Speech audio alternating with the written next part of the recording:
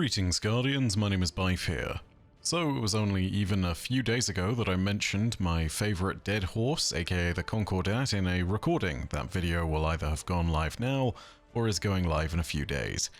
Yeah, of all the times for me to get blindsided by new lore on an obscure topic, it would be the one that is happening right now, just as it's been, what, nearly 7 years since they were prominently featured in more than passing by the lore? Anyway, the Concordat. They are no longer a dead horse, or maybe they are.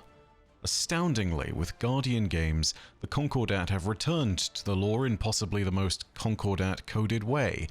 They've given us a vehicle. Specifically, they gave us the brand new Skimmer vehicle from Guardian Games. Confused? Well, I kind of was at the beginning too. Let's start at the very top.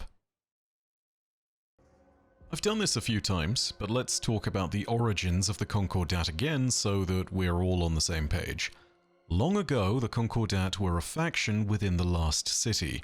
They sat on the main Consensus Council alongside New Monarchy and Dead Orbit, and were eventually replaced by the Future War Cult. Not much is known about this faction, but it is clear now that no matter what else is happening, the Concordat have survived, which perhaps shouldn't be so unsurprising. What little we do know about the faction is this. They were originally led, and perhaps still are led, by a figure known as Lysander. As best we know, Lysander is still the current leader of the Concordat all these years later. This is hard to confirm though, given that no official word of the group and its whereabouts, or how well it's doing, have been received since the time of Destiny 1: Rise of Iron. And truly explicit details about anything going on within their leadership structure have never been received since the time of their exile. But we've received no word to the contrary notion that someone has replaced Lysander, so I have to assume that he is indeed still the leader. For Lysander to be still in control of a faction that has been exiled from the city all these years later is an assumption, but if it rings true, it makes it clear that he must be a really charismatic leader. Lysander isn't a well-documented figure, but when he is mentioned in the lore, he's mentioned as a figure that Zavala feared, or at least had to respect in a similar manner to Ra's al Azir, aka Dredgen Yor, and Toland the Shattered. These figures are the stuff of legend, so it really makes you understand the kind of damage that Lysander might do, although I suspect the damage that Lysander represents is more akin to that of Toland, by presenting alternative ideas that might potentially split Guardians off from the consensus. Lysander could deal damage in a way that is more political and divisive internally than, say, the actual physical or spiritual damage that might be done by one such as Dredgen Yor armed with Thorn. Then again, that's all very speculative. We have no idea what the true personal powers of Lysander really were, and I'll throw this out there, although it is absolutely headcanon at best, there is nothing that says Lysander wasn't a Guardian, so we have to assume that it's simply the case that he is indeed just another man, albeit a man with a rather remarkable penchant for charisma and controversial ideas. I say controversial ideas because the one other thing we know about Lysander and the Concordat is that they took aim at a specific figure within the tower, Osiris. This particular moment, when they decided to take aim at him, coincided with the time when Osiris was appointed to be the Warlock Vanguard mentor. This was the moment just after the Battle of the Six Fronts, where Osiris had proved his mettle as a great warrior. And the Concordat weren't a fan of him. They claimed to have obtained records stating that he was a Golden Age experiment that had then been misincarnated as a human by a faulty ghost. Quite the claim for sure, but these records have never been seen and these claims have never truly been substantiated. If that is true, then that's a whole other can of worms to open. But regardless, this might simply have been based on the fact that at the time being Osiris was a controversial figure all in himself, and even the speaker wasn't exactly a fan of Osiris, given that he tended to challenge the authority of the speaker. It isn't clear if this disagreement over Osiris was the impetus for what happened next, but what did happen is clear. The Concordat and Lysander rebelled. At some point after the Battle of the Twilight Gap, the Concordat decided to rebel against the Speaker and the Consensus. This would result in their removal from the Consensus Council, their exile from the Last City, and their dismantling as a supported faction within the Last City itself and all of its administrative bodies. Commander Zavala would eventually see to the realignment of Guardians who still supported the Concordat, but it isn't exactly clear whether he was completely successful. In fact, the likelihood is that some of Lysander's followers still truly follow his creed, and that's something that we really need to pay attention to because it's something that the Consensus noted at the time of the decision to disband the Concordat. They stated that Lysander chose his followers well. Lysander's coup against the Vanguard and the Consensus was exceedingly short-lived by the sounds of things, and the Guardians of the New Monarchy would ultimately defeat the Concordat in one of the 8 towers that perched along the city's outer walls. The area of this battle would eventually be reclaimed and would be turned into a crucible venue, which would be known to us as Bannerfall. Yes, that Bannerfall. We saw it in Destiny 1, and we can still see it in Destiny 2. The name belies the events that took place so long ago, but it was also not the first suggested name for this venue. Originally, this area was meant to be renamed Lysander's Folly. Ikora, however, objected to the name, refuting even the memory of Lysander and the Concordat, perhaps because their reputation was just that destructive and that divisive. Perhaps she didn't want any Guardians to know the promise of Lysander, the honeyed words that he might whisper in the ears of newcomers. And so that was mostly it as far as the presence of the Concordat in the lore, and for a long time rumor swirled around the possibility of whether Lysander could still be alive out there, and whether he was plotting his next move in a war that had never truly ended, his enduring crusade against the Vanguard. 7 years ago, we saw another vehicle which reminded us that Lysander's reputation and his faction still endured in some regard. Painted in the green and black colors of the Concordat, Lysander's Cry was a sparrow that we could collect in the later stages of Destiny 1 after the release of the Rise of Iron expansion. The Grimoire card and flavor text read as follows. You've recreated the fall of the Concordat, and something answered. Each Guardian wants something. Greater speed, a rare weapon, a secret. Learn what it is, use it. Lysander. According to the Hidden, in the wilderness beyond the city, Lysander rallies his supporters and plots his return. Some whisper of sympathizers in the tower and hidden gifts for Guardians who honor him. That was 7 years ago, of course, and it's been a long time since then, but astoundingly enough, Lysander's name has been risen in the lore once more. And it's kind of amazing because you would think that a story like this is kind of relegated to the sidelines, and that maybe if Lysander did want to take over the city or even make his moves against them, that this might have been an ideal time. We've seen the Red War, the near assassination of Commander Zavala a few different times. We've seen the city get nearly invaded by the forces of Savathun during the season of the Splicer, when Lakshmi II accidentally opened that portal within the center of the Botsa district. We've seen the moments where an entirely new alien coalition was formed with humanity pretty much at its center. We've seen the other factions literally break off from the Last City and take their forces with them. And of course, there was the battle above Earth between the Black Fleet, the Coalition forces, and the Traveler. So, yeah, a lot has happened, and yet the Concordat have still sat there and not made any moves. But they have reappeared in the lore recently thanks to the presence of that new skimmer vehicle, aka the All-Star Vector. The details around the acquisition of these vehicles are worth noting, and they do point heavily to the Concordat. When you go to Eva Levante and acquire the All-Star Vector for the first time, she states that they were acquired from a mysterious benefactor, end quote. The vehicles were apparently donated en masse to the Last City. This is most definitely Lysander's style, as he is all about basically plying Guardians with things they want in order to buy their loyalty. And, I mean, previously he sent Lysander's Cry, a sparrow, to us in order to try and buy our loyalty as well. Maybe he realized that his last gift wasn't quite good enough to distinguish itself from all the other sparrows in our collection, and so instead he decided that he would send along something a little bit more stylish. However, the skimmers weren't the only thing that got sent along. There was also a mysterious message which Eva Levante told us, and it reads, "A peace offering to a place that used to be home." This doesn't immediately identify the sender as Lysander or the Concordat, but it implies it to be so. We do also have more evidence though, and some of it really does scream the obvious in our face.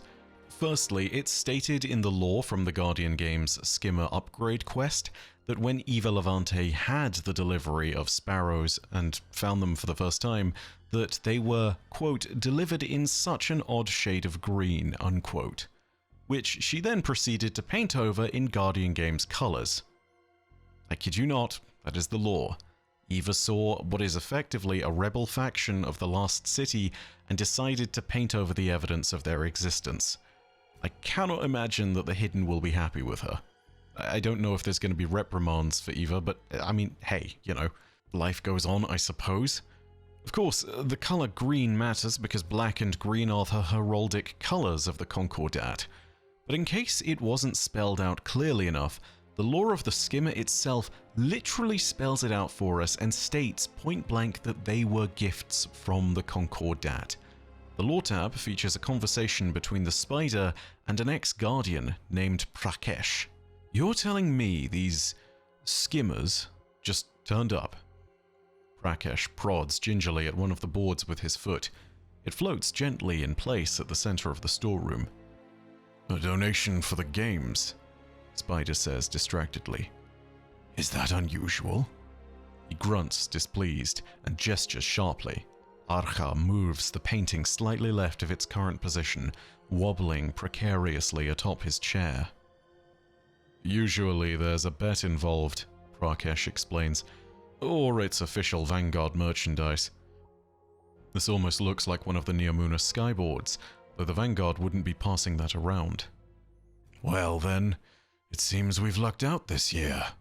The right Arha." Arha grumbles and obeys, hefting the frame into position. "I think that did it," Prakesh says, squinting at the painting. He doesn't see the point of it. A series of splotchy purple flowers along a dirt path, indistinct trees, but Spider is gazing up at it like it's made of pure ether.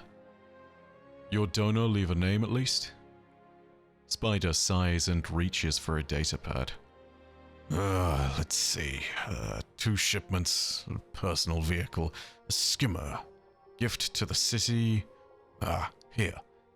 Concordat. Spider looks over at Prakesh, who shrugs. No idea who that is. So there you have it. The Concordat were supposedly the ones who sent those skimmers, and it is laid out in the note. It is literally spelled out for us. Now, let's talk about this all for just a second in a bit more depth, because there is definitely something to be considered with these skimmers. They came with a note that stated they were a peace offering. This could be Bungie's way of saying, hey, the Concordat aren't really a part of the story you need to worry about anymore, they're just something that exists out in the universe of Destiny, and you won't be seeing any more of them. And if that's the case, then, man, that's really sad actually. I would, however, say that it's worth noting that there is potential for future storytelling here. The first question is simply whether or not we trust Lysander.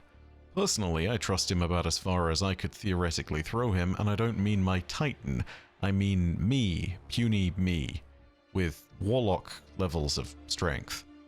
Like real life me, who is not strong. But also, I would be intrigued to hear Lysander's words regardless, especially if he's able to give us details about the days of the City Age. I'd also be intrigued to know where he got his information about Osiris and his supposed faulty reincarnation. They could all be lies, of course, but the idea of that is a compelling potential future story for sure. If Osiris is faultily reincarnated and he's been then captured by Savathun, and he's, oh god, he's using Strand now, even though he's lost the light, and yeah, there is a lot that we don't know about Osiris, if that is true, and man, is that crazy.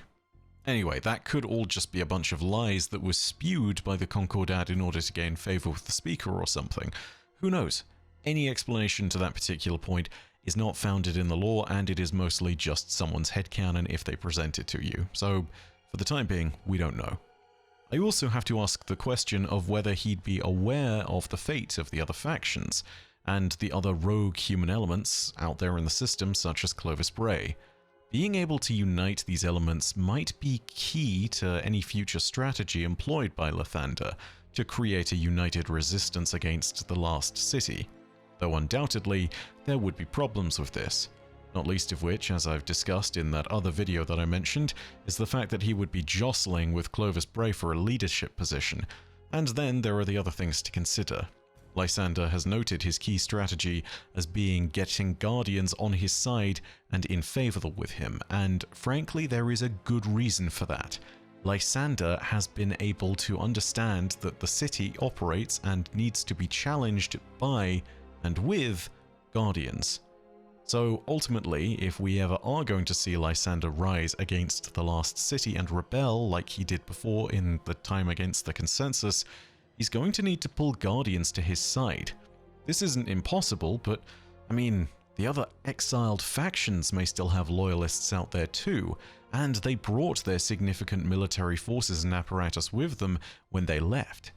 Dead Orbit in particular brought their fleet, and if they're still out there, including all of their ships, which were supposedly a vast amount of humanity's actual fleet, then, well, yeah, a peace offering like this might actually be something which we should consider, because if Lysander all of a sudden has the united forces of all the factions at his side, as well as any other human forces that have some kind of paramilitary presence in the system, suddenly he's got a really fearsome army, and something we need to take seriously. Here's the other thing we should be aware of when discussing this though. This lore is placed really prominently. Bungie often places lore out in the open if they want people to pay attention to it, and this is about as obvious as it gets. Everyone is talking about the skimmers right now, so they're deliberately teasing this. Whether it's so they can close this particular chapter of Destiny's story or open a completely new one remains to be seen, but something is happening with the Concordat. We just don't know if this is the end of one chapter or the beginning of a new one.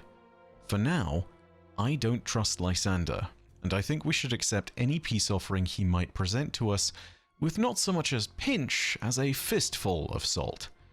But then again, the stakes of the universe collapsing around us put our own petty squabbles for power into perspective. Perhaps Lysander is now choosing to step out of the shadows with a more genuine intent of securing peace because, well, humanity's entire fate is in the balance, and frankly, any power struggle over the Last City which might not soon exist don't really matter as much. Whatever the truth may be, I'm sure the Hidden will be looking into it in the future. Lysander has evaded them for a long time, and now, with these skimmers having been given to the city, they might at last have a fresh lead. But that's all from me for now. I hope you enjoyed the video, and if you did, go ahead and leave a like, and let me know your own thoughts down below in the comments section. Do you reckon this is the closing of a chapter for the Concordat, or do you reckon it's the beginning of a new one? That's really what I want to know, and I want to get your thoughts on it. Also, would you like this all condensed down into a short? Again, you guys have really been enjoying those. I'll keep making them. Of course, though, know that your viewership, as always, is quite enough for me, and that in the meantime, my name is Byf. Parodacia ad Astra. I'll see you, Starside.